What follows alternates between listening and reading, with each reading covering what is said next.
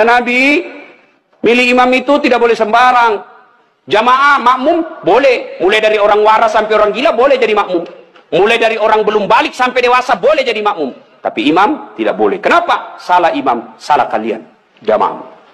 2020, Tanah Bumbu akan milih imam. Bupati. Salah milih imam, salah kalian. Menderita kalian di kabupaten ini. Maka hati-hati milih imam. Pun kita jadi makmum juga tidak boleh sembarang. Harus ada etikanya. Jadi makmum kata Nabi, kalau kau ke masjid, sikat gigi dulu. Terutama kalau subuh. Bayangkan kalau kita tidak sholat, tidak sikat gigi, tidur semalaman, orang di samping kita balik kanan, kita balik kiri menguap. Sampai meninggal diingatnya itu, busuk mulutnya itu. Sudah sikat gigi. Apalagi, kalau kau jadi makmum, jangan kau merasa kaulah yang paling soleh dalam masjid itu. Ada juga orang takbir itu kayak mau dia gigit, kita punya telinga. Oh, cool man. Baca Al-Fatihah kayak dia ada di telinga samping. Pada cengi capo. Hanya mengganggu ki. Ada lagi apa? Itu kaki. Kaki juga itu kadang-kala mengganggu. Kita kasih pindah, dia kasih pindah lagi kakinya. Kasih pindah, dikasih pindah lagi. Saya jengkel, saya injak. Selesai salat. Ustaz, kenapa kau ganggu saya? Makanya adik-adik, kalau mau saya tanya, kenapa kau kasih pindah-pindah kakimu? Kau ganggu saya? Dia bilang supaya rapat saf. Bos, sini. Kalau mau rapat safmu bukan jari-jari kaki yang kau tempel. Tapi apa? Bahumu atau siku. Kalau siku rapat, pasti saf rapat. Nggak ada orang sholat begini. Tapi kalau kakimu rapat, safmu longgar. Ya. Ada lagi, selesai sholat yang paling menjengkelkan itu. Selesai sholat, dia ambil saf paling depan, belakangnya imam. Begitu assalamualaikum, assalamualaikum, langsung lompat, mau lihat, tidak jabat tangan, tidak melangkai orang, itu kurang adab kalian. Kalau kalian tidak mau doa bersama, tidak mau jabat tangan selesai sholat, ya sudah di belakang kau duduk. Supaya kau tidak ganggu orang. Ingat adik-adik sekalian ini, yang baru belajar agama. Puncak dari semua ilmu adab.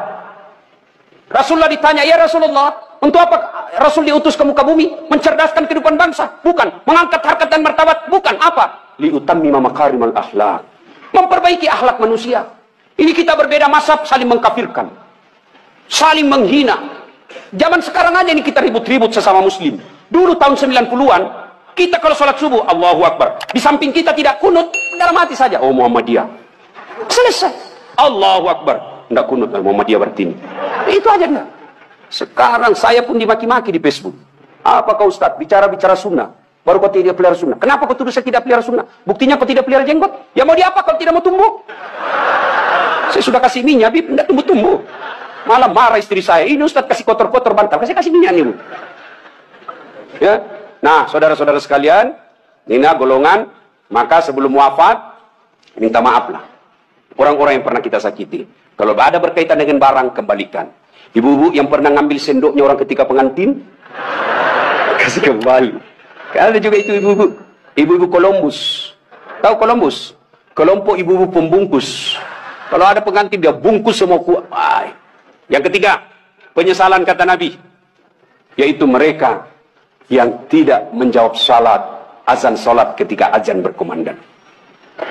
Puasa, haji, zakat, sedekah, semuanya akan sia-sia ketika tidak mendirikan sholat. Adik-adik, kalian tidak usah malu kalau kalian tidak jadi pegawai negeri. Ibu-ibu, kalian tidak usah cemas dan merasa malu kalau sampai sekarang ini masih ngontrak-ngontrak rumah. Tapi malu dan cemaslah ketika sudah dewasa seperti ini, belum mendirikan sholat dengan sebaik-baiknya. Kalau sholat kita insya Allah baik, maka hidup kita akan diperbaiki oleh Allah Subhanahu wa Ta'ala. Kalau sholat kita bagus, Allah yang akan menyelesaikan semuanya. Di dunia ini tidak ada orang tidak punya masalah. Semua kita punya masalah. Pasti. Jangankan kita. Nabi ada masalahnya. Beliau masih dalam kandungan sudah wafat. Bapak beliau. Baru 4 hari setelah lahir, diambil sama ibu susunya. 4 tahun usia beliau, baru diambil kembali Siti Aminah. 6 tahun meninggal lagi ibu beliau, yatim piatu. 8 tahun meninggal lagi kakek beliau. Diambil oleh pamannya. 12 tahun sudah ikut perang. Makin ke sana, makin banyak tantangan. Diusir dari kampung halamannya. Dan siapa yang mengusirnya? Bukan orang lain. Siapa? Pamannya sendiri. Maka Nabi saja punya masalah, apalagi kita. Adik-adik, ini ibu-ibu kalau ada masalah, maka perbaiki sholat. Insya Allah, Allah yang akan selesaikan masalah-masalah kita. Tidak ada orang tidak ada masalahnya. Maka kalau mau selesai masalah, Man yattaqillaha yaj'allahu makhraja. Allah yang akan menyelesaikan masalah-masalah kita. Bukan berarti tidak ada masalah. Ada masalah, tapi Allah yang selesaikan. Nah, ada masalah, perbaiki saja sholat. Ada yang bilang itu sholat Ustaz, masalahnya lebih banyak lagi sekarang. Bisa jadi dia sholat tapi tidak ikhlas. Hayya 'alas sholat, asar lagi. Padahal barusan kita sholat duhur, aku tidak ikhlas. Saya sholat Ustaz, betul kau sholat, tidak ikhlas. Mana buktinya? Pakaian seada-adanya. Malah di ibu-ibu yang tanya, Ustaz, bolehkah orang sholat itu tidak pakai BH? Kenapa bisa, Ibu? Panas sih, Ustaz. Tidak ada AC, tidak ada kipas angin. Kita baru pulang pasar. Boleh, tapi apa itu beradab? Ibu-ibu pergi ketemu gubernur, tapi tidak pakai BH. Boleh kan? Tidak, Pak Gubernur. Mohon maaf ini, Pak Gubernur. Coba. Ya. Saya sholat, Ustaz. Betul kok sholat, tapi main-main. Allah. Wa kana wal ya kun Ustaz.